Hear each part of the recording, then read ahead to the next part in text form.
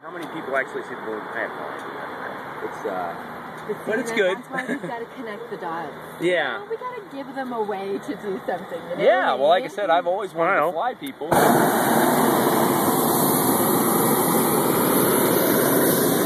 Don't bump my hand. Wife just ran in and got a camera.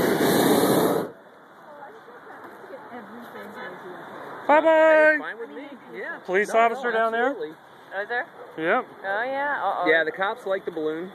We have several of them that come up when we land. Sometimes we'll get 911 calls, you know, which is normal. And the cops come up and, you know, to them, as long as they don't have to deal with blood and guts or shooting, they're like, hey, this is cool.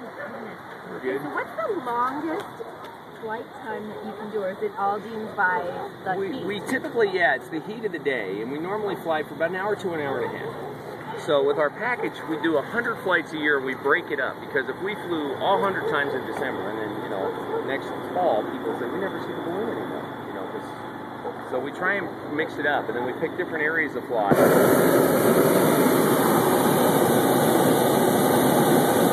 Now this spot I take off from, and I'll get different directions. Sometimes I go over that way, and I run over by I-17 and the 101. Other times it'll, like in the afternoon, it'll take me to the northwest up by where we met you guys.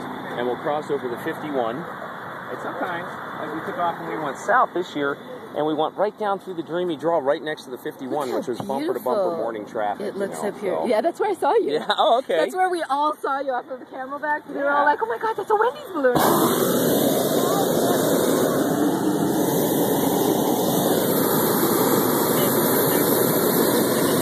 That's funny. Look at the dog out there that was barking at you. Yeah, the dogs are like, hey, look, and everybody comes out of the That's house. so You know, so they love this market. Dogs are afraid. That's so cool.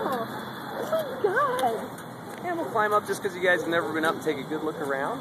It'll stay just like this. There's no sudden swinging or swaying. That swing taking off was the most swinging or swaying we'll feel during the whole flight. We went up pretty quick. Like I So was they held us. surprised They held us down, and Just pop this up. and then when they let go, it was a. So at different altitudes, so winds are at different peaceful. directions and speeds. So, like up here now, we're starting to move more to the east, and we're picking up a little more speed the higher we go, which is good. Like, if I had the Santa suit, I'd jump up and try and work my way over by Paradise Valley Mall there.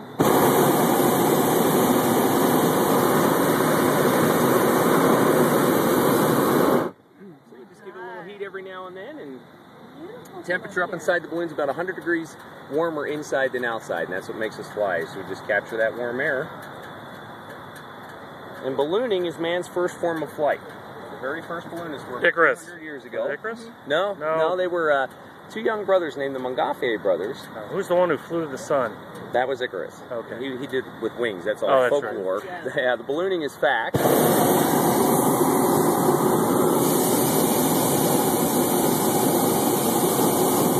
So these two young brothers had a paper bag manufacturing company, or their parents did, and their jobs as teenage boys were to burn the old paper bags that didn't come out just right.